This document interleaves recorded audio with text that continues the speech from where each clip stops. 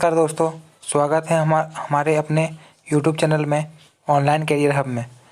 जैसा कि दोस्तों आज से हम लोग मीडिएवल हिस्ट्री को पूरे अच्छे तरीके से देखेंगे।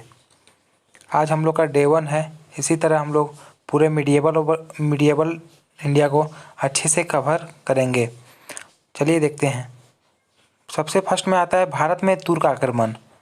647 ईस्वी में सम्राट हर्षवर्धन की मृत्यु के बाद भारत में छोटे छोटे प्रांतीय राज्यों का उद्भव हुआ। 7वीं से 12वीं शताब्दी का समय भारत में सामंतवाद के उदय के रूप में देखा जाता है। इस समय काल को इतिहासकारों ने तथाकथित अंधकार युग की संज्ञा दी है। अल-बरूनी लिखता है, इस समय के भारतीय जितने संकीर्ण विचारों के थे उतने इनके पूर्वज नहीं थे। 712 ईस्वी में अरबों के आक्रमण के बाद भारत में कई प्रभावशाली प्रांतीय राज्यों का उद्भव हुआ। इस प्रकार आगामी 300 वर्षों तक भारतीय राजनीति अरबों व तुर्कों के बीच झूलती रही। भारत में मुस्लिम सत्ता की स्थापना का श्रेय तुर्कों को दिया जाता है। अब देखते हैं तुर्क मुसलमान कौन थे। तो तुर्क चीन की उत्तरी पश्चिमी सीमा पर निवास करने वाली एक लड़ाकू जाति थी। तुर्की ने मुस्लिम धर्म स्वीकार कर मध्य एशिया में साम्राज्य विस्तार की नीति अपनाई। अब देखते हैं भारत पर प्रथम अरब आक्रमण कब हुआ था। तो भारत पर प्रथम अरब आक्रमण 712 ईस्वी में हुआ था। मोहम्मद साहब के उत्तराधिकारी उमैयद खलीफा के सेनापति मोहम्मद बिन कासिम द्वारा। दोस्तों ये क्वेश्चन बराबर पूछता, अधिकतर बार एग्जाम में पूछा गया है कि भारत पर प्रथम अरब आक्रमण कब हुआ था। तो याद रखिएगा 712 ईस्वी में। किसके विरुद्ध हुआ था? तो सिंध का ब्राह्मण वंशी राजा दाहिर सेन के विरुद्ध। ठीक है, यह प्रथम सफल आक्रमण था। भारत पर 2 असफल अरबी आक्रमण भी हो चुके हैं। पहला हुआ था 711 ईस्वी में उबैदुल्ला द्वारा, दूसरा भी हुआ था 711 में बुदैल द्वारा। अब देखते हैं भारत पर इन आक्रमणों के क्या परिणाम निकले। तो चरक संहिता व पंचतंत्र पर अरबी में अनुवाद किया गया। भारतीय खगोल शास्त्र का अध्ययन कर अल-फाजरी ने किताब उल जिज लिखी। अरबों के आक्रमण के 250 वर्षों बाद मध्य एशिया में प्रांतीय विघटन होने पर तुर्कों के आक्रमण प्रारंभ हुए। अब नेक्स्ट था भारत पर सर्वप्रथम जजिया कर मोहम्मद बिन कासिम ने लगाया। ये क्वेश्चन बहुत इंपॉर्टेंट है। अब भारत में तुर्क आक्रमण पहला किया था सुबुक्तगिन। गजनी साम्राज्य व यामिनी वंश के संस्थापक अल्पतगिन का दास था। 986 में प्रथम तुर्क जिसने हिंदुशाही शासक जयपाल को पराजित किया। अब सेकंड था मोहम्मद गजनवी। इनके पिताजी का नाम था सुबुक्तगिन, सुल्तान की उपाधि धारण करने वाला पहला शासक।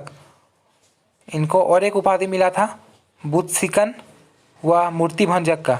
हिंदुओं की मूर्तियों को तोड़ने के कारण इनको मूर्तिभंजक कहा गया।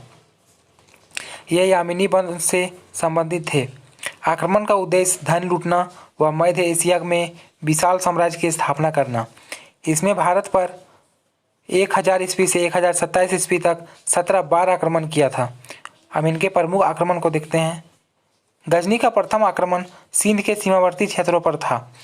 बेहिंद का प्रथम युद्ध 1001 ईस्वी में पेशावर के निकट हुआ था। हिंदुशाही शासक जयपाल को हराया। जयपाल ने अपने पुत्र आनंदपाल को राज्य सौंपकर आत्महत्या कर ली। इनका तीसरा युद्ध गजनवी का प्रथम महत्वपूर्ण आक्रमण 1006 ईस्वी में मुल्तान विजय भेरा के निकट हिंदुशाही आनंदपाल को हराया।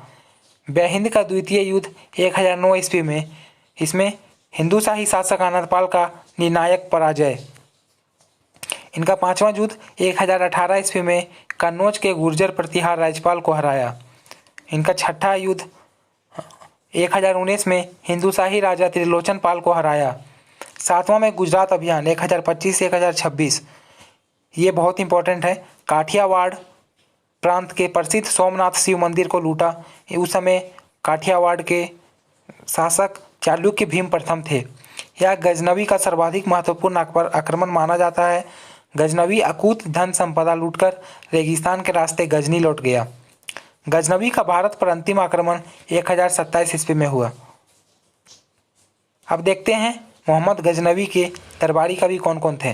पहला था फिरदौसी। इन्हें फारसी का पूर्व का होमर भी कहा जाता है। इनके पुस्तक का नाम शाहनामा था। दूसरा था उत्पी, इनके पुस्तक का नाम किताबुल हिंद था। तीसरा था बेहाकी, इनका भी पुस्तक का नाम तारीख़-ए-सुबुक्तगीन था। चौथा था अलबरूनी, इनके पुस्तक का नाम किताबुल हिंद था। यह भारत साथ आया था। गजनवी द्वारा जारी सिक्कों के एक और अरबी तथा दूसरी ओर संस्कृत भाषा उत्कीर्ण थी। थैंक यू दोस्तों, आज इतना ही। मिलते हैं नेक्स्ट वीडियो में। अगर हमारा वीडियो अच्छा लगा तो कृपया लाइक करें, शेयर करें और हमारे चैनल के साथ जुड़े रहें और हमारे चैनल को सब्सक्राइब करें। Thank you.